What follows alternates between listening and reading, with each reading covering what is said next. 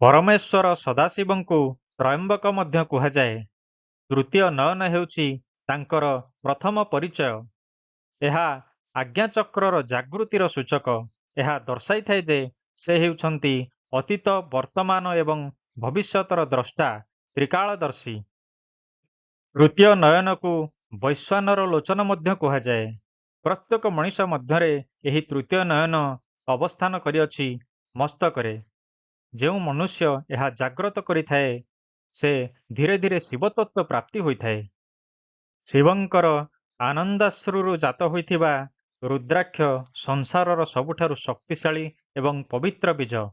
ଏହା ଦର୍ଶାଇଥାଏ ଯେ ଶିବଙ୍କର ପ୍ରତ୍ୟେକ ଅଂଶରେ ସଞ୍ଜୀବନୀ ବା ମହାମୃତ୍ୟୁଞ୍ଜୟ ତତ୍ତ୍ୱ ରହିଅଛି, ଯାହାକି ଯେକୌଣସି ଜୀବ ସୃଷ୍ଟି କରିପାରେ।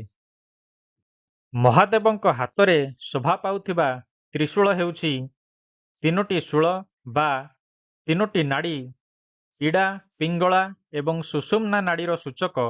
ଏହାକୁ ସତ୍ତ୍ୱ, ରଜ, ତମ କିମ୍ବା ସୃଷ୍ଟି, ସ୍ଥିତି ବା ବିଲୟର ଏକ ଧାରକ ହିସାବରେ ଗ୍ରହଣ କରାଯାଇଥାଏ ଏବଂ ବର୍ଣ୍ଣନା କରାଯାଇଥାଏ।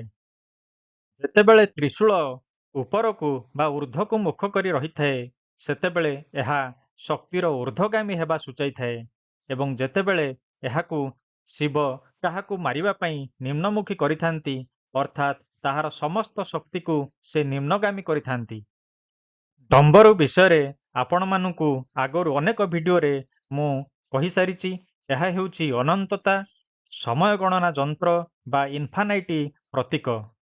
ଏହାର ଯେଉଁ ଶବ୍ଦ ତାବଡ଼ା ତାବଡ଼ା, ଏହି ଶବ୍ଦ ବାହାରିଥାଏ ଡମ୍ବରୁରୁ, ଏହାର ଅର୍ଥ ହେଉଛି ସଂସାରରେ କୌଣସି ଶକ୍ତି ସବୁଠାରୁ ବଡ଼ ନୁହେଁ, ତାହାଠାରୁ ବଡ଼ ମଧ୍ୟ ରହିଥାନ୍ତି।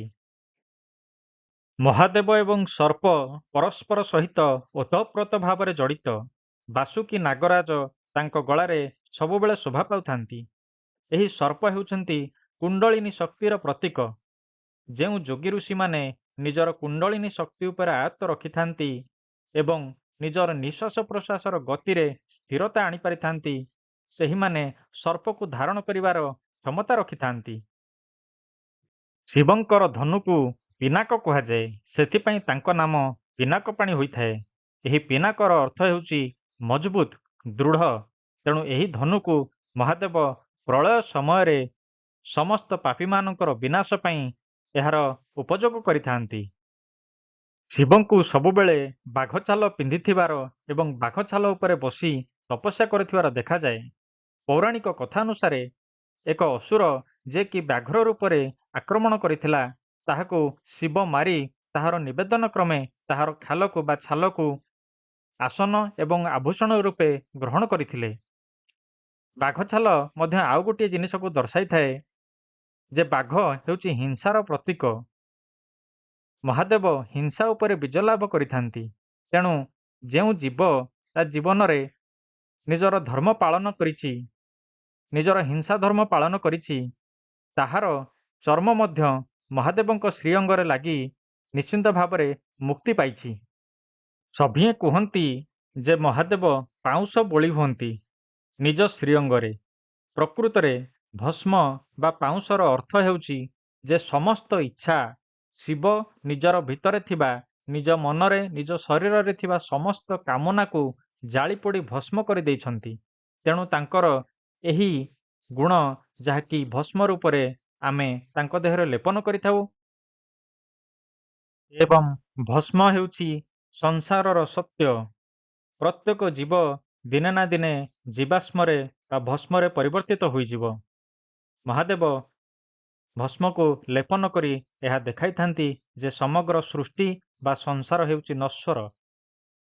ପ୍ରକୃତି ଏବଂ ପୁରୁଷଙ୍କର ସମନ୍ୱୟ ସଦାଶିବ ପରମେଶ୍ୱରଙ୍କର ସବୁଠାରୁ ବଡ଼ ରୂପ ହେଉଛି ଶିବଲିଙ୍ଗ।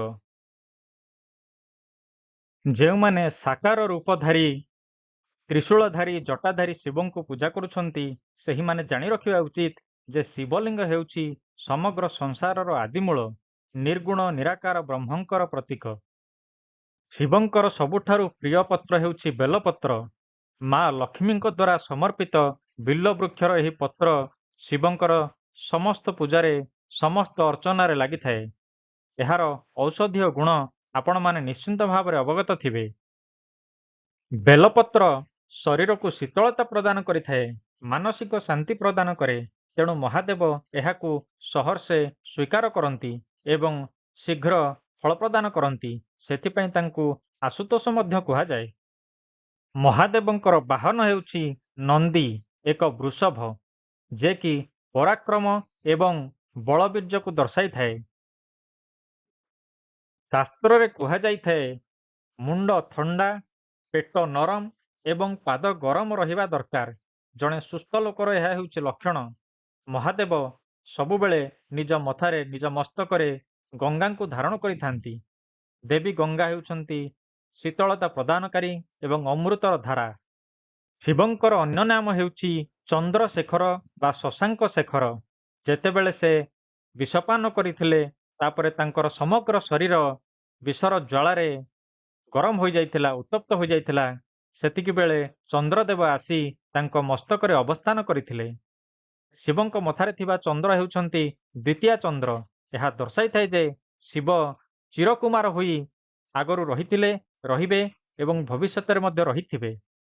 ମହାକାଳ ଏବଂ ମହାକାଳୀ ନିଜର ଗଳାରେ ନୁରୁମୁଣ୍ଡ ବା ନରମୁଣ୍ଡ ମାଳ ଧାରଣ କରନ୍ତି।